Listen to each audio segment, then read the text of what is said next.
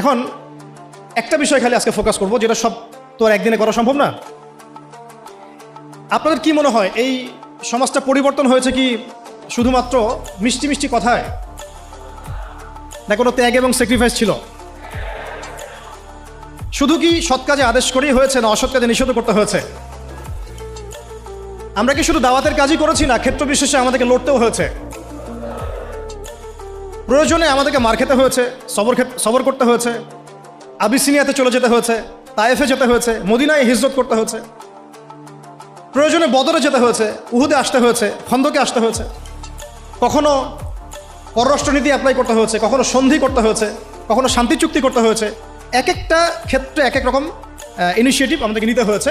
তবে একটা বিষয় আমরা এক জায়গায় ছিলাম, সেটা হচ্ছে এক আল্লাহ, একজন নবী, একটা জামা, একটা ইমারা, একটা কিতাব, একটা সুন্নাহ। এই জিনিসগুলোতে যখন ভাটা পড়েছে তখন আমাদের শক্তি কমে গেছে। কথা কি বুঝতে পারছেন? গল্পটা হচ্ছে এই যে নবী সাল্লাল্লাহু আলাইহি ওয়াসাল্লাম এই সমাজে জন্মগ্রহণ করেও এই সমাজের জাহিলিয়াতের মধ্যে তিনি মিশে যান নাই, বরং এগুলো থেকে তিনি দূরে ছিলেন। যখন তার কাছে ওয়াহি এসেছে, ওয়াহি আসার পর থেকে মাত্র 23 বছর সময় নিয়েছেন তিনি। এই 23 বছরে তিনি ওই পুরো সমাজের সমস্ত জাহিলিয়াতকে দূর করে নতুন একটা সমাজ বিনির্মাণ করেছেন, আলহামদুলিল্লাহ, প্রতিষ্ঠা করেছেন। এবং আমরা বুঝলাম যে এটা আমাদের দ্বারাও সম্ভব ইনশাআল্লাহ।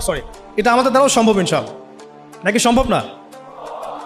তো সম্ভব হতে হলে যে কয়েকটা কাজ করতে হবে, সে কয়েকটা কাজ আগে বলে নেই, মুখস্থ করেন। এক, সর্বপ্রথম আমাদেরকে ইলমের চর্চা করতে হবে, জ্ঞানের চর্চা করতে হবে। 1 নম্বর মনে থাকবে তো ইনশাআল্লাহ?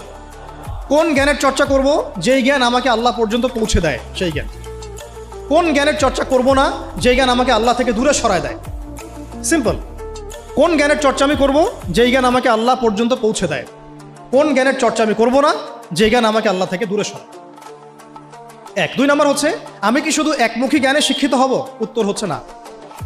এই যুগকে যদি আমরা ডিল করতে যাই এবং কোরআন সুন্নাহকে হাতে নিয়ে ওয়ার্ল্ডকে চ্যালেঞ্জ করতে চাই, তাহলে আমাকে ভার্সেটাইল নলেজ রাখতে হবে।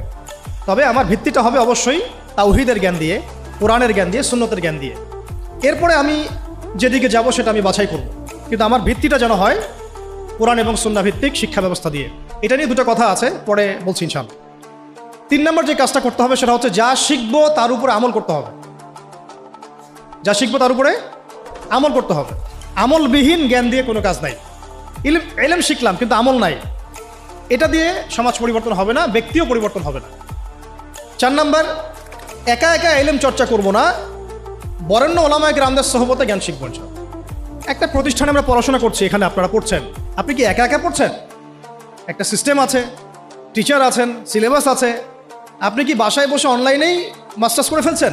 না, প্রতিষ্ঠানে আসছেন, টিচারের সামনে বসছেন, ক্লাস করছেন, অ্যাসাইনমেন্ট জমা দিচ্ছেন, কোচিং করছেন, প্রয়োজনে মেসে থাকছেন, প্রয়োজনে বাড়িঘর বিক্রি করে দিয়ে ফর্ম ফিল আপ করছেন। আপনার তো স্যাক্রিফাইস আছে, তাই না? আপনারও তো অনেক অবদান আছে। এমনি এমনি তো আপনি সার্টিফাইড হচ্ছেন না, ডিগ্রি অর্জন করছেন না। ঠিক সেম, যদি আপনি দিনের জ্ঞান অর্জন করতে চান, তাহলে ওলামায়ে কেরামদের কাছে আপনাকে আসতে হবে। আরবিতে একটা প্রবাদ আছে খুব সুন্দর, যে জ্ঞানের কাছে আসতে হয়, জ্ঞান কারো কাছে যায় না। জ্ঞানের কাছে আসতে হয়, জ্ঞান কারো কাছে যায় না। জ্ঞানের একটা গায়রত আছে, জ্ঞান সহজে কাউকে ধরা দেয় না। যদি আপনি আপনার সমস্ত কিছু জ্ঞান অর্জনের জন্য ব্যয় করেন, তাহলে জ্ঞান আপনাকে তার সামান্য কিছু দিবে, সব দিবে না, সামান্য কিছু দিবে। ইলমের গায়রতটা এরকম। তো এটা করা, তাহলে ওলামায়ে কেরামদের সাথে সোহবতে থাকা, পরামর্শ ভিত্তিক চলা, একা একা না চলা। একা একা চললে দেখা যাবে নেক্সট শুরুতে ধোকা খাবেন আপনি। কেউ যদি একা একা ডক্টর হয়, চেম্বার খুলে বসে, আপনি কি রুগী দেখাবেন? অনেস্টলি বলেন। ওই যে এক ভাই, ধরেন আমাদের এক ভাই, নাম এক্স আব্দুল্লাহ, তো সে বলছে আমি কোনো ইউনিভার্সিটিতে পড়ি নাই, কিন্তু আমি ডক্টর হয়েছি। তা আমি শুধু ডক্টরই হই না, আমি হার্টের স্পেশালিস্ট, নিউরো মেডিসিন স্পেশালিস্ট, আমি অত বড় সাবজেক্ট বাদ দেন, নর্মালি এমবিবিএস। আমরা কি তাকে আসলে বিশ্বাস করব? তার কাছে কি আমরা যাব চিকিৎসা করাতে? আপনি অন্য কাউকে সাজেস্ট করবেন, তুমি যাও? আমি যাচ্ছি না, তুমি যাও, আপনি কি এটা বলবেন? তাহলে ইলমের ক্ষেত্রে আমরা এমন কেন হলাম? দিনই ইলম অর্জন করতে হলে আমাকে সেই একটা ক্রাইটেরিয়া মেনটেন করে আমাকে আসতে হবে। সিলেবাস লাগবে, ওলামায়ে কেরাম লাগবে, প্রতিষ্ঠান লাগবে, এবং তাদের সোহবত থেকে দিন শিখতে হবে, সময় লাগবে। এটা কি আমরা 5 বছরে শিখে ফেলেছি? আপনি এখানে সময় দিচ্ছেন 15 বছর, 20 বছর। তাহলে যদি আমরা চাই বড় কোনো ফকিহ হব, বড় কোনো মুজতাহিদ হব, বড় কোনো তাফসীর কারক হব, উলামা হব, তাহলে আমাদেরকেও সময় দিতে হবে, একদিন 2 দিন না, কমপক্ষে 10 থেকে 15 বছর। এটা দেওয়ার পরেও যে আমরা বড় আলেম হয়ে যাব, মুহাদ্দিস হয়ে যাব, নিশ্চিত না। কারণ এই অঙ্গরে জ্ঞান শেখার কোনো শেষ নাই। তার উপর আবার ওই জ্ঞানের উপর আমল লাগবে, এবং সেই যেটা আমি শিখেছি ওইটা সত্যি সত্যি সমাজে বাস্তবায়ন করছি কিনা এটাও একটা ফ্যাক্টর কি। তো অত গভীরে নিচ্ছি না আপনাদেরকে। মূল কথাটা হচ্ছে ওলামায়ে কেরামের সোহবতে থাকা। এটা হলো 4 নাম্বার। 5 হচ্ছে হালাল খাওয়া, হারামের দিকে না যাওয়া, হালাল রিজিকের দিকে ছোটা, হারামের দিকে না যাওয়া। 6 নাম্বার আখলাক, চরিত্রটাকে পবিত্র রাখার চেষ্টা করা না, বরং আসলে রাখতেই হবে। বোধ দিনী বোন, দিনী ভাই সবাইকে বলছি আর কি, আখলাক বা চরিত্রটাকে পবিত্র রাখতেই হবে। এর জন্য যা করার তাই করতে হবে। 7 নম্বর হচ্ছে যে আমাদের আত্মশুদ্ধি অর্জন করতে হবে, তাজকিয়া অর্জন করতে হবে। তাজকিয়া মানে হচ্ছে হৃদয়টাকে পবিত্র রাখা। এখানে দুনিয়াবি লোভ, লালসা, হিংসা, বিদ্বেষ, গীবত, তহমত এগুলো বাদ দিয়ে এটা ফ্রেশ মন লালন করবেন। এই মনটা নিয়ে আপনি আল্লাহর পথে ছুটবেন। 8 নম্বর, সবাই মিলে সৎ কাজে আদেশ করতে হবে এবং অসৎ কাজে নিষেধও করতে হবে। মানে সবাইকেই অ্যাটলিস্ট পার্ট টাইম দায়ী হতে হবে। কয়েকজন মানুষের উপরে দায়িত্ব ছেড়ে দেওয়া যাবে না। কথা কি বোঝাতে পারছি? কয়েকজন মানুষের উপরে দায়িত্ব ছেড়ে দিয়ে আপনি নিশ্চিন্তে বসে থাকবেন না। উম্মাহ আপনার কাছে কিছু চায়, এটা দায়িত্ব শুধু আমার একার না, আপনাদের সবারই। তাই সৎ কাজে আদেশ, অসৎ কাজে নিষেধ সবাইকেই করতে হবে, দিনী ভাই বোন সবাইকেই। এখানে সুরত হচ্ছে যার যতটুকু যোগ্যতা ওই আলোকে করব। যে বিষয়টা আমি বুঝি না, যে যোগ্যতা আমার নাই, সেটার দাওয়াত আমি দিতে যাব না। তখন হবে কি, আমি ওইটা দাওয়াত দিলে মানুষ বিভ্রান্ত হবে। ঠিক আমার দাওয়াতে যদি মানুষ আল্লাহর পথে আসে, আমি যেমন নেকি পাবো, ওই রকম আমার দাওয়াতে যদি মানুষ ভুল পথে চলে যায়, আমি কিন্তু গুনাহগারও হব। খেয়াল রাখতে হবে, ঠিক আছে? আর 9 নম্বর হচ্ছে প্রতিভাগুলোকে মূল্যায়ন করা এবং প্রতিভাগুলোকে সততার সাথে বের করা। আপনার মধ্যে কি প্রতিভা আছে, নিশ্চয়ই না কোনো না কোনো প্রতিভা তো আছে। ওই প্রতিভাটুকু অনেস্টলি বের করে আল্লাহর রেজামন্দি, আল্লাহ পাকের সন্তুষ্টির জন্যে ওই প্রতিভাটাকে আপনি দিনের পথে কাজে লাগান। আর 10 নম্বর হচ্ছে মুসলিমদের মধ্যে ঐক্য বজায় রাখেন, বিভক্ত হবেন না। ঐক্য বজায় রেখে চলার চেষ্টা করি ইনশাআল্লাহ তাআলা। এই কাজগুলো যদি একটু ইহসানের সাথে দিল লাগিয়ে এবং দীর্ঘ সময় ধরে করা যায়, আমরা খুব আশাবাদী যে এই তরুণ প্রজন্মকে দিয়ে ইনশাআল্লাহ আগামীতে দিনের বড় কোনো খেদমত হবে ইনশাআল্লাহ। তাদের ডেডিকেশন আছে, সাহস আছে এবং অনেক ক্ষেত্রে আবেগও আছে, কিন্তু আমরা চাই না এগুলো মিসইউজ হোক। আমরা চাই এগুলো শুধু আবেগের বসে না, বরং বিবেক দিয়ে ভেবে চিন্তা করে একটা কনস্ট্রাকটিভ জীবনের উসুল মেনটেন করে আপনি সামনের দিকে আগান। আল্লাহ পাক তৌফিক দান করেন। এর বাইরে আরও অনেক কথা আছে, টাইম মেনটেন করা, ভালো প্যারেন্টিং, ভালো পরিবার গঠন করা, সন্তান প্রতিপালন, আরও অনেক ব্যাপার আছে। আমি মেজর কয়েকটা বললাম আর। এবং ধারাবাহিকতা বজায় রাখা, আজকে অনেক বেশি করলাম কালকে নাই এমন না হওয়া, অল্প করে হলেও প্রতিদিন কিছু কিছু করে করা। তো এই কাজগুলো যদি আমরা করতে পারি, দিন কায়েম হবে ইনশাআল্লাহ। আশাবাদী আপনারা? এখন বাস্তবতা দেখে আমি আস্তে আস্তে শেষের দিকে যাচ্ছি। অনেক লম্বা করবো না, আপনাদের বিরক্তি ধরাবো না। বাস্তবতাটা হচ্ছে এই যে নবী সাল্লাল্লাহু আলাইহি ওয়াসাল্লাম যে ওহীটা প্রাপ্ত হলেন, সূরা আলাকের প্রথম 5টা আয়াত, কয়টা আয়াত, এটাকে ধরে কয়েকটা কথা বলছি আপনাদের। এই যে 23 বছরের কথা আমি বললাম, যে 23 বছরে সমাজটা পরিবর্তন হয়ে গেছে। এমন সমাজ যে সমাজে এই জাহিলিয়াতগুলো ছিল, কিসের ভিত্তিতে হয়েছে? জাদু দিয়ে, মানুষকে পিটিয়ে, রিমান্ডে নিয়ে টর্চার করে, মানুষকে উঠিয়ে আয়না ঘরে নিয়ে পরিবর্তন করা হয়েছে। কোনটা বলেন? মানুষকে দাওয়াত দেওয়া হয়েছে, আল্লাহর দিকে নিয়ে আসা হয়েছে, বুঝানো হয়েছে, মানুষ বুঝে নাই, মানুষ গালিগালাজ করেছে, মেরেছে, সবর করা হয়েছে, প্রয়োজনে দেশ থেকে চলে যাওয়া হয়েছে, তাই না? হিজরত করা হয়েছে। পরে যখন তারা বেশি এগ্রেসিভ হয়ে গেল, তখন আমাদেরকে বদরে আসতে হলো। বদরে তো আমরা প্রথমে যাই নাই, তাই না? রাষ্ট্র যখন কায়েম করেছি তারপরে গিয়েছে। রাষ্ট্র কায়েম করার আগে তো আমরা বদরে যাই নাই। এখন আমরা এই পুরো যে কাজগুলো হয়েছে, এর গোড়াটা যদি আপনি সার্চ করেন, দেখবেন সেটা হচ্ছে ওই প্রথম ওহীর ভিত্তিতে। ইকরা বিসমি রাব্বিকাল্লাযী খালাক। প্রথম ওহীটা কি ছিল? ইকরা বিসমি রাব্বিকাল্লাযী খালাক। আজকে একটু সময় নিয়ে আমি আয়াতগুলো আপনাদেরকে বোঝাচ্ছি। অনেক জায়গায় সময় পাই না, পরিবেশ পাই না। আমার কাছে মনে হচ্ছে এখন বলার মতো পরিবেশ আছে, তাই বলছে। ধৈর্য আছে আপনাদের? আচ্ছা, একটু শুনেন, আয়াতগুলো শুনেন। অনেকে এইটুক বলে আর কি, ইকরা বিসমি রাব্বিকাল্লাযী খালাক। এবং আমি দেখেছি অনেক সেকুলার প্রতিষ্ঠান, ইভেন ইংলিশ মিডিয়াম স্কুল কলেজের বাইরেও আয়াতটা লেখা আছে। আসলে এর দ্বারা কি বোঝানো হয়েছে? নবী সাল্লাল্লাহু আলাইহি ওয়াসাল্লাম পেরেশান, এই সমাজটাকে কিভাবে পরিবর্তন করব। তিনি সমাজের এই জাহিলিয়াতগুলো থেকে নিজেকে দূরে সরিয়ে রাখেন, ওই হেরা গুহায় গিয়ে বসে থাকেন। আপনারা যারা নামাজ পড়েন 5 ওয়াক্ত, আপনার কানের পাশে যদি মিউজিক প্লে করা হয় ধুমধারাক্কা, আপনার কি ভালো লাগে? ভালো লাগে কি আপনার? নিশ্চয়ই ভালো লাগে না। আর নবী সাল্লাল্লাহু আলাইহি ওয়াসাল্লাম, যার আগেও কোনো গুনাহ নাই, পরেও কোনো গুনাহ নাই, তার কাছে কেমন করে ভালো লাগবে? তিনি তো একজন নবী। সমাজে এইসব জাহিলিয়াত দেখে তিনি দূরে সরে থাকেন। দেখেন আমাদের সমাজেও কিন্তু যে মানুষগুলো একটু আল্লাহওয়ালা, সমাজের জাহিলিয়াত তাদেরকে ভালো লাগে না, তারা আলাদা হয়ে চলে। তখন সমাজ ওদেরকে বলে তার আনসোশ্যাল, তাই না? আমরা বিপদে পড়ি, তখন খুব বিব্রতকর অবস্থায় পড়ি। নবী সাল্লাল্লাহু আলাইহি ওয়াসাল্লাম সেখানে পেরেশান। আল্লাহ পাক তখন পেরেশানি দূর করছেন এইভাবে ওহী নাজিল করে, যে আপনি যে সমাজটাকে পরিবর্তন করতে চাচ্ছেন, এটা এমনি এমনি হবে না। এটার জন্য জ্ঞানের চর্চা দরকার, জ্ঞানের বিপ্লব দরকার। সুবহানাল্লাহ। এই জন্য প্রথম আয়াত আসছে পড়ুন। প্রথম আয়াত তো বলা হয় নাই যে শিরক করবেন না, মাদক দ্রব্য কেউ সেবন করবেন না, পর্দা করো, ইভেন নামাজ পড়ো, আল্লাহকে সিজদা করো, হ্যাঁ, সুদ খেও না, এরকম কি প্রথম আয়াত ছিল? প্রথমে বলা হচ্ছে পড়াশোনা করতে। ইকরা বিসমি রব্বিকাল্লাযী খালাক। ইকরা মানে পড়ুন, ইকরা মানে বিসমি মানে নামে, নাম দ্বারা, রব্বিক মানে আপনার রবের, রব্বিকা আপনার রবের, আল্লাযী যিনি, খালাক সৃষ্টি করেছেন। অর্থ দাঁড়াচ্ছে ইকরা বিসমি রব্বিকাল্লাযী খালাক, পড়ুন আপনার সেই রবের নামে যিনি আপনাকে সৃষ্টি করেছেন। শুরুতে বলেছিলাম, আপনাদের মনে আছে কিনা, যে জ্ঞান আপনাকে আল্লাহর দিকে নিয়ে যাবে সেটাই জ্ঞান। এইটা হচ্ছে দ্য ডেফিনেশন অফ নলেজ। বুঝতে পারছি কি ভাই? জ্ঞানের সংজ্ঞা কি? যে জ্ঞান আপনাকে আল্লাহর দিকে নিয়ে যাবে সেটাই হচ্ছে মূলত জ্ঞান। ইকরা বিসমি রব্বিকাল্লাযী খালাক। এখনকার এই আয়াতটা নিয়ে আগে দুটো কথা বলে নেই। আচ্ছা দাঁড়ান, আগে অনুবাদটা করে নেই। দ্বিতীয় আয়াতে আল্লাহ পাক বলছেন খালাকাল ইনসানা মিন আলাক। খালাকাল ইনসানা মিন আলাক, যিনি মানুষকে সৃষ্টি করেছেন জমাট বাঁধা রক্তপিণ্ড থেকে। পুরা আমাদের যে মেডিকেল সায়েন্স আছে, এই আয়াত থেকে তাদের শেখার যে কত কি আছে আল্লাহ ভালো জানেন। ইকরা ওয়া রাব্বুকাল আকরাম। ইকরা ওয়া রাব্বুকাল আকরাম, আপনি পড়ুন, আপনার রব মহিমান্বিত। আল্লাযী আল্লামা বিল কলম, যিনি মানুষকে কলম দ্বারা জ্ঞান শিক্ষা দিয়েছে। পুরো সিস্টেমটার মধ্যে আপনার কলম, এবং সেই লাউহে মাহফুজেও আছে কলম। কলম দিয়ে লাউহে মাহফুজে লেখা হচ্ছে। ইভেন কলম আল্লাহ পাকের প্রাচীন সৃষ্টি।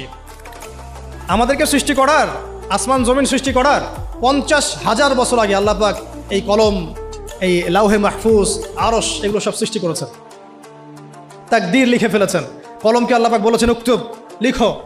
কলম বলেছে মাযা আকতুব, আমি কি লিখবো? আল্লাহ পাক বলেছেন কিয়ামত পর্যন্ত যা হবে সব লিখে ফেলো। আমরা যে জীব আর জড়র সংজ্ঞা পড়েছি, সংজ্ঞাটা ঠিক না। আল্লাহ পাকের যখন হুকুম হবে, আজকে আমরা যেখানে বসে আছি এই জমিনও কথা বলবে ইনশাআল্লাহ। ইয়াউমাইযিন তুহাদ্দিসু আখবারাহা, যেদিন এই জমিন তার বৃত্তান্ত বর্ণনা করবে। তো জীব জ্বরের এই ক্লাসিক্যাল সংজ্ঞা বাদ দিয়ে আমরা এটা বোঝার চেষ্টা করি। তো আল্লাহ পাক বলছেন যে যিনি মানুষকে কলম দ্বারা জ্ঞান শিক্ষা দিয়েছেন। শুধু তাই না, আল্লামাল ইনসানা মা লাম ইয়ালাম, তিনি মানুষকে সেই জ্ঞান শিক্ষা দিয়েছেন যা মানুষ জানত না। আপনারা যখন আর একটু পড়াশোনা করবেন দেখবেন বুদ্ধিবাদ পড়ানো হবে। এই মানুষ বায়োলজিক্যালি জ্ঞান অর্জন করেছে এমনটা পড়ানো হয়। অভিজ্ঞতাবাদ পড়ানো হয়, কেউ সমন্বয় মতবাদ পড়ার। কিন্তু আসলে জ্ঞানের উৎস কিন্তু আমরা না। জ্ঞানের মূল উৎস হচ্ছে আল্লাহ পাক নিজে, স্বয়ং তিনি হচ্ছেন জ্ঞানের মূল উৎস। আল্লাহ নিজে তার সৃষ্টিকে, মানে বান্দাদেরকে জ্ঞান শিক্ষা দিয়েছে। দলিল আরেকটা আছে, আদম আলাইহিস সালামকে সৃষ্টি করার পরে আল্লাহ পাক কিন্তু বলেছিলেন ওয়াল্লামাল আদামা আসমাআ কুল্লাহা। আল্লাহ রাব্বুল আলামিন আদম আলাইহিস সালামকে তার পক্ষ থেকে সব নাম শিক্ষা দিয়েছেন। সুবহানাল্লাহ। জ্ঞানের মূল উৎস কে তাহলে? আচ্ছা, এখন এই 5টা আয়াত যখন নাজিল হলো, অর্থগুলো তো মোটামুটি জানলেন। ইকরা বিসমি রব্বিকাল্লাযী খালাক, পড়ুন আপনার সেই রবের নামে যিনি আপনাকে সৃষ্টি করেছেন। খালাকাল ইনসানা মিন আলাক, যিনি মানুষকে জমাট বাঁধা রক্তপিণ্ড থেকে সৃষ্টি করেছেন। ইকরা ওয়া রাব্বুকাল আকরাম, পড়ুন আপনার রব মহিমান্বিত। আল্লাযী আল্লামা বিল কলম, যিনি মানুষকে কলম দ্বারা জ্ঞান শিক্ষা দিয়েছেন। আল্লামাল ইনসান মা লাম ইয়ালাম, মানুষকে সেই জ্ঞান শিক্ষা দিয়েছেন যা মানুষ জানত না। এই যে গল্পের জার্নি বিগিনস সেখান থেকে। এরপরে 23 বছর পরে আপনি মক্কার দিকে তাকান, দেখবেন সেখানে কোনো শিরক নাই, আছে? কোনো রিবা নাই, আছে? কোনো মাদক নাই, কোনো মেয়ের অবমাননা, ইভেন কোনো জুয়া, ধর্ষণ, বিচ্ছিন্ন দু একটা ঘটনা ঘটতে পারে। কোনো গোত্রীয় হানাহানি, কিচ্ছু নাই। কত বছর? 23 বছর। জার্নিটা কোথা থেকে শুরু হলো? হেরা গুহা থেকে। কোন আয়াত থেকে? ইকরা, পড়ুন থেকে। এখন আপনারাও সব স্টুডেন্ট, আপনারাও পড়ছেন, মাশাআল্লাহ 15 বছর হয়ে গেছে। আমরাও পড়েছি, আমারও 15 বছর চলে গেছে। এর আগেও অনেক জেনারেশন পড়েছে, তাদেরও শত শত বছর চলে গেছে। কিন্তু নবী সাল্লাল্লাহু আলাইহি ওয়াসাল্লামের মতো জ্ঞান দিয়ে সমাজ পরিবর্তন করতে পেরেছে কতজন? বা কেউ কি পেরেছে? আদৌ কি কোনো জাতি এসেছে যারা সেই জ্ঞান দিয়ে পুরো সামাজিক সমস্ত সমস্যার সমাধান টানতে পারে? তাহলে এখান থেকে আমাদেরকে বুঝতে হবে আমাদের জ্ঞানের দৈন্যতা কোন কোন জায়গায় আছে। বুঝতে পারছেন কি কিছুটা? আমরাও তো ট্রাই করলাম, বিগত 50 বছর হলো স্বাধীনতার, রেজাল্টটা কি? সামাজিক ইম্প্যাক্টটা কোথায়? ইম্প্যাক্ট এইখানে, নামাজ, রোজা, হজ, জাকাত, ব্যাস। ইভেন জাকাতও এখন খুব একটা মানুষ দেয় না, ইল্লা মাশাআল্লাহ। বেশিরভাগ মানুষ কিন্তু জাকাত দেয় না। নামাজ পড়ে যারা তারাও অনেকে জাকাত দেয় না। কিন্তু ইসলামের অন্যান্য যে বিধানগুলো আছে, এই বিধানগুলোর কয়টা সমাজে বাস্তবায়িত হয়েছে? একটাও কি হয়েছে? আসলে একটাও হয় না। এখন যদি আপনি আমাকে বলেন যে ভাই আপনাকে আমি উপদেষ্টা বানাই দিলাম, এখন তো উপদেষ্টা ফেসবুকে হয় আর কি। তো এখন যাই হোক, যোগ্যতা থাক না থাক, এমপি টেমপি হয় মানুষ, ওইদিকে আসবো আমি, ফিনিশিংটা ওইদিকেই দিব ইনশাল্লাহ। একটু ধৈর্য ধরেন, শেষ করতেছি। দৈন্যতাটা দেখাবো, দৈন্যতা কোথায়, দৈন্যতাগুলো কোথায়।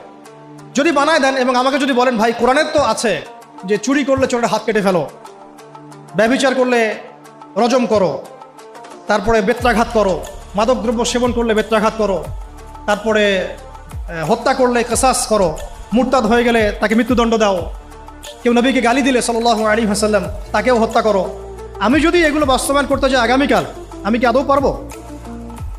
এখন প্রশ্ন হচ্ছে কেন পারবো না? উত্তর, এক বাক্য উত্তর হচ্ছে, আমাদের সমাজের মানুষ বিগত সময়গুলোতে নামাজ, রোজা, হজ, জাকাত এই শব্দগুলো যতটা শুনেছে, শরিয়া, দাওয়াত, জিহাদ, ইকামতে দিন, কিসাস, হুদুদ এই শব্দগুলো শোনে নাই। বুঝতে পারতেছে না? নামাজ শব্দ অর্থ জানেন কারা কারা? হাত তুলতে বললে সবাই হাত তুলবেন, তাই না? জাকাত শব্দের অর্থ কারা কারা জানেন বললে সবাই হাত তুলবেন। তা আমি যদি বলি হুদুদ অর্থ কি, কয়টা এবং কি কি, দেখবেন অনেক হাত নেমে গেছে। কিসাস অর্থ কি, কত প্রকার, কি কি, হাত নেমে যাবে। শরিয়া আইন কত প্রকার, কি কি, কোন কোন আইনগুলোকে শরিয়া আইন বলে আমরা অনেকেই জানবো না। তাহলে এখানে আমাদের সামাজিক একটা ব্যর্থতা আছে। এই ব্যর্থতাটা আমরা আমাদের কাঁধে নিতে চাই, অন্যদেরকে দিতে চাই না। এই ব্যর্থতা তাদের যারা এইসব জায়গায় দাঁড়িয়ে কথা বলি, যারা আমরা লিখি, যারা আমরা অন্যকে নাসিহাত করি, যারা আমরা মিম্বরে বসি, যারা আমরা খুতবা দেই, ওয়াজ মাহফিলের প্যান্ডেলে বসি, আমাদের সবার দায়িত্ব এটা, আমাদের কাঁধে আসবে এটা। কেন জনগণ এই শব্দগুলো জানে নাই?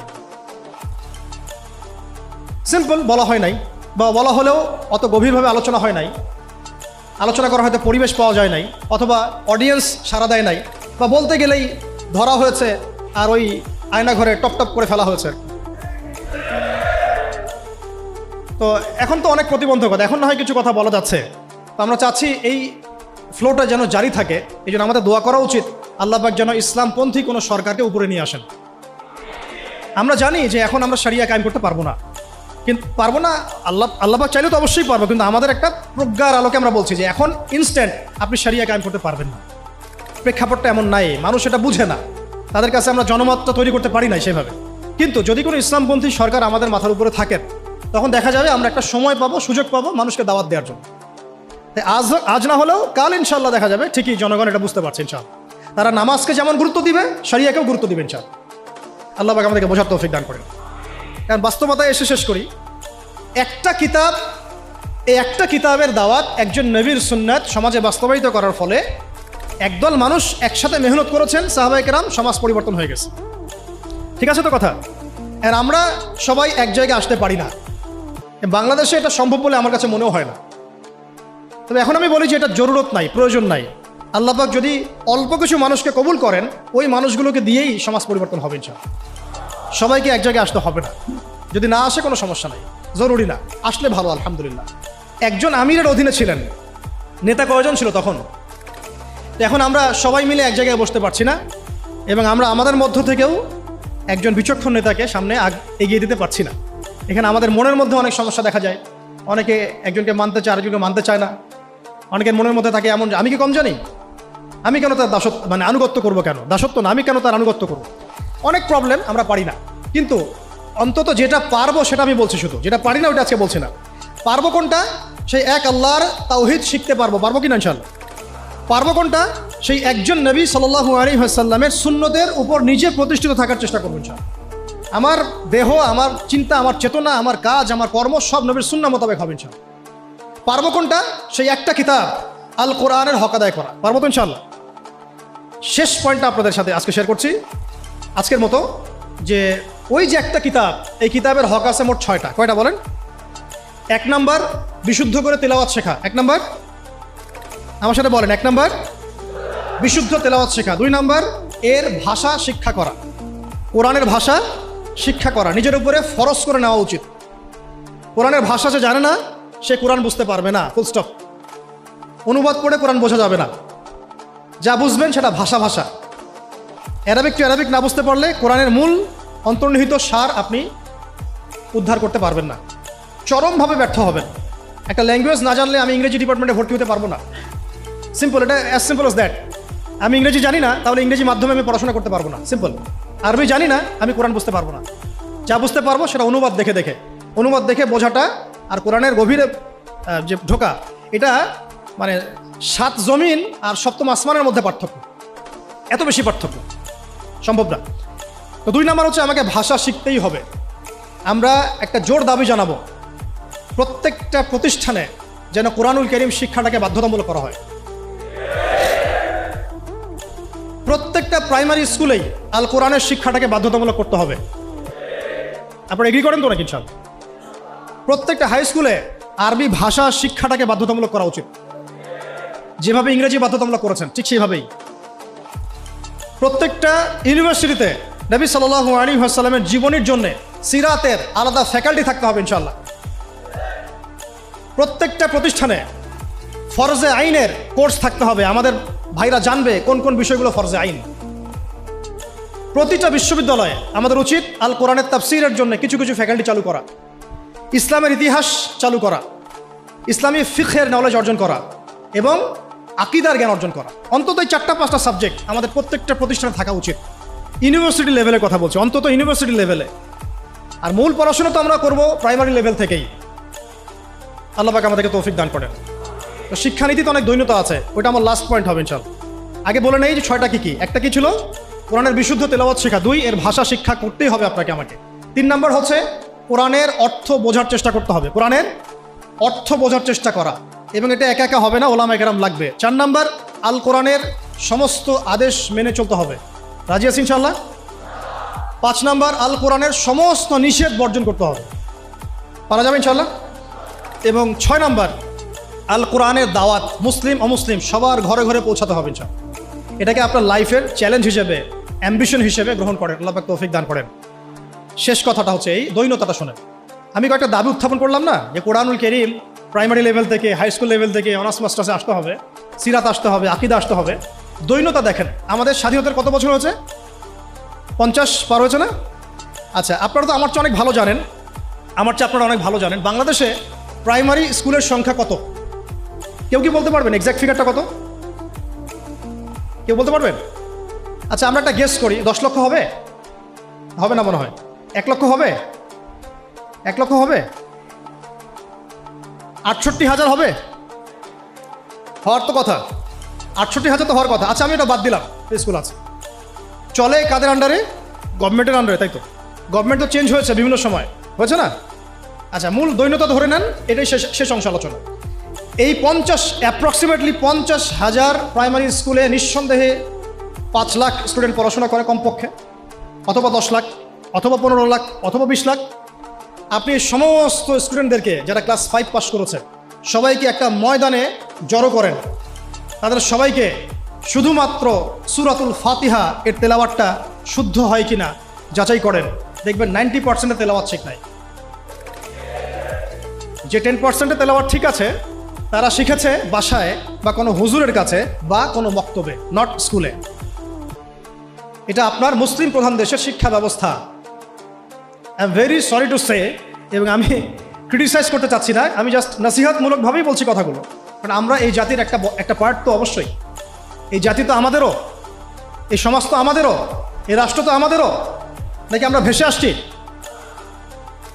আপনার ছোট্ট মেয়েটা বা ছেলেটা বা আপনার ভাই বোন যে ক্লাস 5 পাস করেছে, প্রাইমারি স্কুলে বা কোনো বেসরকারি স্কুলে বা কোনো ইংলিশ মিডিয়াম স্কুলে সে আল কোরআন তেলাওয়াত তো দূরে থাক, সূরা ফাতিহা বিশুদ্ধ করে পড়তে পারে না। আর আমরা নিজেদেরকে মুসলিম দাবি করছি, তার মানে আমরা কোরআনকে গুরুত্ব দিই না। সিম্পল। আপনার ওই ক্লাস 5 পাস করা ছেলেটা বাংলা পারে, কবিতা পারে, ইংরেজি পারে, অঙ্ক পারে, সবই পারে, কোরআন পারে না, তার মানে আপনি কোরআনকে গুরুত্ব দেন না। সিম্পল। কোরআন আপনার কাছে ফোর্থ সাবজেক্ট, আমার কাছে ফোর্থ সাবজেক্ট। মুসলিম প্রধান দেশের শিক্ষা সিস্টেম, আমরা অনেক কথা বলছি, উপদেষ্টা, এই প্যানেল, সেই প্যানেল, কমিশন। শিক্ষা কমিশন নিয়ে কোনো আলোচনা হচ্ছে না, শিক্ষা কমিশনটা গঠন করা হচ্ছে না, সেই প্রাচীন কমিশন আবার ইম্পোজ করার চেষ্টা করা হচ্ছে। অথচ শিক্ষা হচ্ছে জাতির মেরুদণ্ড। আমার মেরুদণ্ডই ঠিক নাই, আমি ব্যাংকিং সিস্টেম কীভাবে চেঞ্জ করব? খালি মদের বোতল চেঞ্জ করলে হবে নাকি নতুন বোতলে পুরাতন মদ খাওয়াতে চাচ্ছেন? কোনটা? এটাই তো, মদের বোতল চেঞ্জ করলে হবে? আমরা কি নতুন কোনো বোতলে সেই পুরাতন মদ খেতে চাই? এবার আসেন, এই 50,000 প্রতিষ্ঠানের স্টুডেন্টদের কথা বাদ দেন, তাদেরকে যারা পড়ায় সেই সমস্ত শিক্ষকদেরকে একটা জায়গায় বসান। এই সমস্ত শিক্ষকদের কোরআন তেলাওয়াত চেক করেন, এদের 90% তাদের 90% কোরআন বিশুদ্ধ করে তেলাওয়াত করতে পারেন। তারা আপনার বাচ্চার শিক্ষার দায়িত্ব নিয়েছে। আমার বাচ্চাকে এমন একজন টিচার পড়ায় যে আল্লাহর কিতাব পড়তে পারে না, যে মুসলিম। আমি অমুসলিমদের কথা বলছি না, এখানে কোনো অমুসলিমদের কিনা আলোচনা হচ্ছে না, ঠিক আছে? সরাই দেন। এবার আসেন হাই স্কুল, সংখ্যা কত দেখবেন? লাখ লাখ। হাই স্কুলের সব স্টুডেন্টদেরকে বসান, একজন একজন করে চেক করেন, দেখবেন এদের মধ্যেও মিনিমাম 80% কোরআন তেলাওয়াত করতে পারে না। তার হাই স্কুলে পড়াশোনা করেছে 8 থেকে 10 বছর, 8 থেকে 10 বছর, প্রায় লক্ষ লক্ষ টাকা খরচ করা হয়েছে, সময় দিয়েছে, তারা পরিশ্রম করেছে, পরীক্ষার পর পরীক্ষা, এক সেমিস্টার আরেক সেমিস্টার, এক টার্ম আরেক টার্ম, কোচিং, প্রাইভেট, অ্যাসাইনমেন্ট, এইটা সেইটা, কোরআন তেলাওয়াত করতে পারে না। আর আমরা আইয়ামে জাহিলিয়াতকে চেঞ্জ করতে চাচ্ছি, অথচ আমি দেখালাম চেঞ্জটা হয়েছে ইকরা বিসমি রাব্বিকাল্লাযী খলাক দিয়ে। জার্নি এখান থেকে শুরু হয়েছিল। এমন কোনো সাহাবী আপনি খুঁজে পাবেন না যিনি কোরআন তেলাওয়াত করতে পারেন না। এমন কোনো সাহাবী আপনি পাবেন না যিনি কোরআনের অর্থ বুঝেন না। এমন কোনো সাহাবী পাবেন না যিনি কোরআনের আদেশ নিষেধ মানেন না, দাওয়াতের কাজ করেন না। এবার এই হাই স্কুলের সব বাচ্চাদেরকে সরায় দেন, সরাই দিয়ে সব টিচারদেরকে বসান। হাই স্কুলের যারা টিচার তাদের মধ্যে ম্যাক্সিমামই 70% তো হবেই আমার ধারণা যারা কোরআন তেলাওয়াত করতে পারেন না। ইভেন সূরাতুল ফাতিহা আপনাদের শুদ্ধ না, সূরা ফাতিহা শুদ্ধ না। আপনারা লক্ষ লক্ষ স্টুডেন্টের ভবিষ্যৎ বিনির্মাণের দায়িত্ব নিয়ে বসে আছেন, কোরআন তেলাওয়াত করতে পারেন না। আপনি কোরআনকে গুরুত্ব দেন না। ইলমের মূল যে সোর্স, জ্ঞানের মূল যে উৎস, তার সাথে আপনার কোনো তাল্লুক সম্পর্ক নাই, কিন্তু আপনি জাতির শিক্ষক, বেতন পাচ্ছেন, ভাতা পাচ্ছেন, কোনো কোনো ক্ষেত্রে আপনি পেনশন পাচ্ছেন, ইত্যাদি ইত্যাদি। একটু উপরে যাই, এই যে বলেছিলাম শেষে একটু চেপে ধরবো আর কি, এটা চেপে ধরার সময় খুব বেশি হয়ে যাচ্ছে নাকি? প্র্যাকটিক্যাল কিছু কথা, শেষ 5 মিনিট ইনশাআল্লাহ। এরপরে একটু উপরে যাই, আপনারা কোন লেভেলে আছেন? অনার্স। অনার্স লেভেলে বাংলাদেশের প্রতিষ্ঠান নিশ্চয়ই 1000-এর কম না? হ্যাঁ, রিনাউন্ড প্রতিষ্ঠান, স্ট্যাবলিশড। তাদের সমস্ত স্টুডেন্টের মধ্যে ছেলে আছে, মেয়ে আছে, সবাইকে একটা মাঠের মধ্যে বসা সবাইকে একজন একজন করে ইন্ডিভিজুয়ালি অনলি সূরা ফাতিহার তেলাওয়াত শোনে, অনলি সূরা ফাতিহা। আমি কিন্তু আল কোরআনের পুরা অনুবাদের কথাও বলি নাই, তাফসিরের কথাও বলি নাই, অর্থের কথাও বলি নাই, কিছুই বলি না। দেখবেন এর মধ্যে মিনিমাম 60%-এর তেলাওয়াত সহি না, করতেই পারে না, দাঁত ভেঙে যাচ্ছে। সে পড়াশোনা করছে 15 থেকে 16 বছর ধরে, আরও বেশি হতে পারে, আরও বেশি হবে। এখানে 10 বছর, এখানে 2, 18, এদিকে 20, 18 থেকে 20। আমরা মুসলিম প্রধান দেশে থাকি, এটা আমাদের শিক্ষা ব্যবস্থার অবস্থা। এবং আমরা আবার চাইও যে আল্লাহর জমিনে দিন কায়েম হোক। আমরাই আবার চাই যে আল্লাহর জমিনে দিনটা কায়েম হোক। আর যে বাকিরা পারে তারা কোথায় শিখেছে? হয় কোনো মাদ্রাসায়, হয় কোনো মক্তবে, অথবা ইন্ডিভিজুয়ালি কোনো ওস্তাদের কাছে, নট একাডেমিক্যালি, নট ইনস্টিটিউশনালি। যেখানে সে পড়ে সেখানে সে শিখে নাই, তার সাবজেক্ট এটা নাই। তার সাবজেক্টে 12টা সাবজেক্ট আছে তার। যে একটা সাবজেক্ট নিয়ে অনার্স পড়ে, আপনারও তো 6টা সাবজেক্ট আছে ফ্যাকাল্টিতে, আছে না? ওই সাবজেক্টের মধ্যে কোরআন নাই, তাফসীর বলিনি, আমি অর্থ বলি নাই, হিফসও বলি নাই, ভাষাও বলি নাই, কোরআনের সাহিত্যের কথা বলি নাই, শুধু বলেছি কোরআন তেলাওয়াতটুকু নাই। আপনারা কি দাবি করেন যে আপনারা মুসলিম প্রধান দেশে থাকেন? এটা একটা চরম সেকুলার স্টেট, এটা ইসলামিক স্টেট নয়, এটা একটা চরম রকমের সেকুলার স্টেট, যেখানে নামাজ, রোজা, হজ, জাকাত, তসবিহ, তাহলিলের মধ্যে ইসলামকে সম্বন্ধ করা হয়েছে। শিক্ষা, অর্থনীতি, রাজনীতি, সংস্কৃতি, এগুলো থেকে ইসলামকে মাইনাস করে দেওয়া হচ্ছে। এটাই জাতির সবচেয়ে বড় দুঃখ, সবচেয়ে বড় দুর্দশা। আল্লাহ পাক আমাদেরকে বোঝার তৌফিক দান করেন। এবার এই সমস্ত অনার্স পড়ুয়া ভাইদের, বোনদের, টিচারদেরকে আমরা বসাতে চাই একটা জায়গায়। এটা কল্পনা করছি আর কি, আমরা অঙ্ক করি মনে মনে। বসান, একজন একজন করে আপনি চেক করেন। তারা বাংলায় পারদর্শী থাকবে, সাধারণ জ্ঞান তারা জানবে, সাম্প্রতিক বিশ্ব তাদের মুখস্থ থাকবে, তারা কেউ কেউ বিসিএস ক্যাডার হবেন, আরও বড় হতে পারেন। ইংরেজি একদম ফ্লুয়েন্টলি বলে দিবেন, আমি যে লেকচার দিলাম সেটা ইংরেজিতে অনুবাদও করতে পারবেন, এবং রাষ্ট্রীয় বড় বড় দায়িত্বে তারা থাকবেন, বেতন পাবেন, ভাতা পাবেন, বাড়ি গাড়ি পাবেন। বাট আপনারা অন্তত 50% তাদের কোরআন তেলাওয়াত করতে পারেন। আপনারা লক্ষ লক্ষ তরুণ প্রজন্মের মেরুদণ্ড গড়ার কারিগরের দায়িত্ব নিয়েছেন কোরআন ছাড়াই, কোরআনের সাথে কোনো রকম সম্পর্ক ছাড়াই। হ্যাঁ, ওই বয়সে গিয়ে অনেকে হয়তো চিল্লা দিচ্ছেন, তাবলীগের সময় দিচ্ছেন, বা কোনো মসজিদে যাচ্ছেন, কোনো হুজুরকে ধরছেন, ধরে শিখছেন। তাদের সংখ্যা 0.111%, 0.0011%, খুবই কম। বেশিরভাগ তো বলছেন যে ফ্রি মিক্সিং থাকলে সমস্যা নাই, ক্লাসে এগুলো পড়ানোই যায়, ট্রান্সজেন্ডার এটা কোনো বিষয় না, হ্যাঁ, রিবা এটা কোনো বিষয় না, এই যুগে কি ওইসব বিষয় চলে, এগুলো মৌলবাদী বিষয়, ইত্যাদি ইত্যাদি। আপনারা পশ্চিমাদের ভাষায় কথা বলছেন। এবার এই সব সরাই দেন, মাস্টার্সের ভাইদেরকে বসান, সেম অবস্থা। লম্বা করছে না, মাস্টার্সের টিচারদেরকে বসান, সেম অবস্থা। এখন বাইরে আছে আমাদের বেসরকারি ইংলিশ মিডিয়াম প্রতিষ্ঠানগুলো, তাদেরকে বসান, সেম অবস্থা। কিন্তু কোনো কোনো ক্ষেত্রে দেখা যায় তাদের মধ্য থেকে কোরআনের হাফেজ বের হয়েছে। এমনও ইংলিশ মিডিয়াম স্কুল আছে, আমি নিজেও একসময় কাজ করেছি, আমাদের পড়াশোনার ব্যাকগ্রাউন্ড তো এগুলোই ছিল আর কি। ওখানেও দেখতাম অনেক হাফেজ আছে, হচ্ছে, প্রাতিষ্ঠানিকভাবে হচ্ছে অথবা বেসরকারিভাবে হচ্ছে বা ব্যক্তিগত উদ্যোগে হচ্ছে। তো ইংলিশ মিডিয়াম প্রতিষ্ঠানগুলোকে বসান, সেম সেম অবস্থা দেখবেন। অন্যান্য সরকারি কারিকুলামের বাইরে যারা বেসরকারি স্কুল করেছেন তাদেরকে বসান, দেখবেন সেম অবস্থা। বেসরকারি স্কুল, বেসরকারি কলেজ, বেসরকারি ইউনিভার্সিটি, সেম অবস্থা। তাদের বড় বড় গর্জিয়াস প্রতিষ্ঠান আছে, বিশাল বিশাল ক্যাম্পাস, বিশাল বিশাল জমি, কুরআন নাই। ইল্লাল কুরআন, কুল্লু শাই মওজুদ, সব কিছু মওজুদ আছে ইল্লাল কুরআন, কোরআন ছাড়া। যেটা আছে এটা এতই কম, এটা আই ওয়াশ শোডাউন করা ছাড়া কিছু না। এটা আই ওয়াশ করা যে আমি কিছুটা কোরআন পড়াই। আমাদের ওস্তাদ একটা কথা বলেন, আমাদের ওস্তাদের কথা বলছি, ওস্তাদ হচ্ছেন আমাদের বাইতুল মোকাররমের বর্তমান খতিব। তিনি একটা কথা বলেন যে মানুষ, এটা আমাকে বলেছেন পার্সোনালি, অন্যদেরকে বলেছেন কিনা আমি জানি না, মানুষ যে বিষয়টাকে গুরুত্ব দেয় তার জন্যে মানুষ সময় ঠিকই বের করে নেয়। মানুষ যে বিষয়টাকে গুরুত্ব দেয় তার জন্য মানুষ সময় ঠিকই বের করে নেয়। ফোন চালাতে তো আমাকে বলা হচ্ছে না, আমি টাইম বের করে নিচ্ছি। বড় বড় ক্ষেত্রে গার্লফ্রেন্ডকে সময় দিতে আমাকে বলা হচ্ছে না, আমি টাইম বের করে নিচ্ছি। আমি ইউটিউবিং করতে টাইম বের করে নিচ্ছি, আমি ব্যবসার জন্য টাইম বের করছি, রাজনীতি করার জন্য টাইম বের করছি, কোরআন শেখার জন্য আমার টাইম হচ্ছে না। তার মানে আমি কোরআনকে, সিরাতকে, হাদিসকে, ইসলামের প্র্যাকটিক্যাল বিষয়গুলোকে আমি এতটা মূল্যায়ন করছি। As simple as that. তো উস্তাদের একটা কিতাব আমার হাতে আছে, জাস্ট একটা বলে দেই, কয়েক সেকেন্ড লাগবে। প্রত্যেক ভাই যারা আজকে লেকচার শুনছেন, যারা তালেবে ইলম মানে জ্ঞানের ছাত্র, আমরা আলেম হওয়ার কথা বলছি না, আমরা বলছি শুধু তালেবে ইলম হয়ে যান, মানে জ্ঞানের ছাত্র হয়ে যান।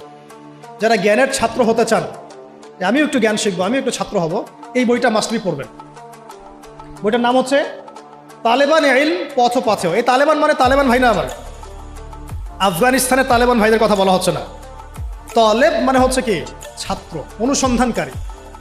তলেব মানে কি, অনুসন্ধানকারী, মানে যে জ্ঞান শিখতে চায়। তলেবান ইলম, ইলমের তালেব যারা, জ্ঞানের অনুসন্ধানী যারা, তাদের জন্য পথ ও পাথেয়। এত চমৎকার একটা কিতাব, যেটা একবার পড়তে শুরু করলে আপনার কাছে মনে হবে শেষ না করে না উঠি। কিতাবটা বাসায় সংগ্রহ করে পড়ার চেষ্টা করেন ইনশাআল্লাহ। বাংলাদেশের সৌভাগ্য, বাংলাদেশে বাইতুল মোকাররম তার মতো মানের একজন খতিব পেয়েছে, আলহামদুলিল্লাহ। আমরা এটাই চাই যে এভাবেই ইসলামের একটা প্রসার ঘটতে থাক। এতে করে আগামী 5 বছর 10 বছর পরে যে বাংলাদেশ আপনারা দেখবেন, সেটা দেখে অবশ্যই পশ্চিমারা আমাদের দিকে তেড়ে আসবে ইনশাআল্লাহ। আমরা চাচ্ছি আসুক ইনশাআল্লাহ। শেষ কথা, এবার এই পুরো শিক্ষা সিস্টেমটা যারা পরিচালনা করেন তাদের সবাইকে একটা জায়গায় বসাই, অঙ্ক করি মনে মনে আর কি, সবাইকে একটা কনফারেন্স হলে বসায় দেন, যারা যারা এই শিক্ষা সিস্টেমটাকে ডিল করে, যারা নীতি নির্ধারক, পলিসি মেকার এই শিক্ষা সিস্টেমের, যেটা বিগত প্রায় 40-50 বছর থেকে চলছে মুসলিম কান্ট্রিতে আর কি, যার ভুক্তভোগী আমরা সবাইকে আপনি একটা জায়গায় বসান। আমি গ্যারেন্টি দিচ্ছি তাদের 80% সূরা ফাতিহা পড়তে পারে না, আরও বেশি হইতে পারে। আমি কমায় বলছি, বাকি যারা পারে তারা ব্যক্তিগত উদ্যোগে শিখেছে। এবার আরেকটু পরে যাই, এই শিক্ষা কমিশনটা যারা নিয়ন্ত্রণ করে এই সমস্ত পার্লামেন্ট সদস্যদেরকে বসান, তারাই তো নিয়ন্ত্রণ করে, তাই তো? 360 জনকে বসান, স্পিকার সাহেব সহ। তাদের মধ্যে কেউ কেউ হয়তো সহিহ বুখারী পড়েছে বলে দাবি করে আর কি। তো যাই হোক, তাদেরকে বসান একটা জায়গায়। এটা আমি বিনয়ের সাথে বলছি, লজ্জার কিছু নাই এবং আঘাত করতে যাচ্ছি না। এটা তাদেরও তো পরকাল আছে না, আল্লাহর সাথে তো তাদেরও সাক্ষাৎ করতে হবে। যদি বলে আমাদেরকে কেউ দাওয়াত দেয় নাই, আমরা সেই জায়গা দিচ্ছি না, আমি দাওয়াত দিয়েছি আপনাকে, আমি আপনাকে দাওয়াত দিয়েছি, এটা আপনার দলিল, হুজ্জাত। এই 360 জনকে বসান, বসিয়ে আপনি তাদের সবার কোরআন তেলাওয়াতটা চেক করেন। আমি আপনাকে গ্যারান্টি দিচ্ছি তাদের 90% বিশুদ্ধ করে কোরআন তেলাওয়াত করতে পারেন। তারা পুরো রাষ্ট্রের শিক্ষা সিস্টেমটাকে নিয়ন্ত্রণ করছেন, পলিসি মেকারদেরও পলিসি মেকার, আরও বেশি হবে। আর এই যদি হয় একটা মুসলিম কান্ট্রির অবস্থা, তাহলে আমাদের এই যে লক্ষ লক্ষ না কোটি কোটি ছেলে, কোটি কোটি মেয়ে, হাজার হাজার স্কুল, লক্ষ লক্ষ কলেজ, এই আপনার প্রাইমারি স্কুল, হাই স্কুল, বেসরকারি স্কুল, ইউনিভার্সিটিস, এখানে তো মিনিমাম কোটি কোটি মানুষ পড়াশোনা করছে। এই কোটি কোটি মানুষের শিক্ষার দায়িত্ব যারা নিয়েছেন তারা কোরআনুল কারীমকে মূল্যায়ন করেন নাই। এই কোরআন বিবর্জিত, সুন্নত বিবর্জিত, সিরাত বিবর্জিত, ইসলামের নীতি নৈতিকতা বিবর্জিত একটা শিক্ষা ব্যবস্থা কিভাবে একটা জাতিকে ইসলামী রাষ্ট্রের দিকে নিয়ে যেতে পারে, এটা আপনাদের কাছে আমার প্রশ্ন। এই প্রশ্ন রেখে আমি আমার বক্তব্য শেষ করছি। ওয়া আখিরু দাওয়ানা আনিল হামদুলিল্লাহি রাব্বিল আলামিন। সুবহানাকা আল্লাহুম্মা ওয়া বিহামদিকা আশহাদু আল্লা ইলাহা ইল্লা আনতা আস্তাগফিরুকা ওয়া আতুবু ইলাইক। আসসালামু আলাইকুম ওয়া রাহমাতুল্লাহি ওয়া বারাকাতুহু। আমরা শেষে শুরু দোয়া করছি, আপনারা দোয়ায় শরীক হন। আমরা দোয়া করি আল্লাহ পাক যেন আমাদের সবাইকে কোরআনুল কারীমের মৌলিক শিক্ষা অর্জন করার তৌফিক দান করেন। আমাদের মাথার উপরে এমন সব মানুষদেরকে আল্লাহ পাক নিয়ে আসেন যারা কোরআনের শিক্ষাকে মূল্যায়ন করবেন ইনশাআল্লাহ, যারা হাদিসের শিক্ষাকে মূল্যায়ন করবেন, নবীর সিরাতকে মূল্যায়ন করবেন। উপরের লেভেল থেকে এমন শিক্ষা ব্যবস্থা যেন চালু করা হয় যাতে করে প্রাইমারি স্কুল থেকেই আমার সন্তান কোরআনের সাথে সম্পৃক্ত হয় ইনশাআল্লাহ। হাই স্কুলে যেতে যেতে সে যেন কোরআনের হাফেজ হয়ে যায়, অনার্সে যেতে যেতে সে যেন আরবি ভাষা শিখে ফেলে, কোরআনের অর্থ করতে পারে, মাস্টার্সে যেতে যেতে সে যেন হাদিসের কিতাব পড়তে পারে। এবং যখন সে রাষ্ট্রের বড় বড় দায়িত্ব নেবে তখন এই ব্যক্তিগুলো ইনশাআল্লাহ কোরআন এবং হাদিসের মানদণ্ডে দেশকে শাসন করবে ইনশাআল্লাহ। আমরা এমন একটা প্রজন্ম গড়ার স্বপ্ন দেখি, আল্লাহ পাক আমাদের সবাইকে এই স্বপ্ন বাস্তবায়ন করার তৌফিক দান করেন। আমি আজকের মতো এখানে শেষ করছি। ইনশাআল্লাহ আগামীতে আবার কখনো দেখা হলে আরও বিস্তারিত কথা বলবো ইনশাআল্লাহ। সুবহানাকা আল্লাহুম্মা ওয়া বিহামদিকা আশহাদু আল্লা ইলাহা ইল্লা আনতা আস্তাগফিরুকা ওয়া আতুবু ইলাইক। আসসালামু আলাইকুম ওয়া রাহমাতুল্লাহি ওয়া বারাকাতুহু।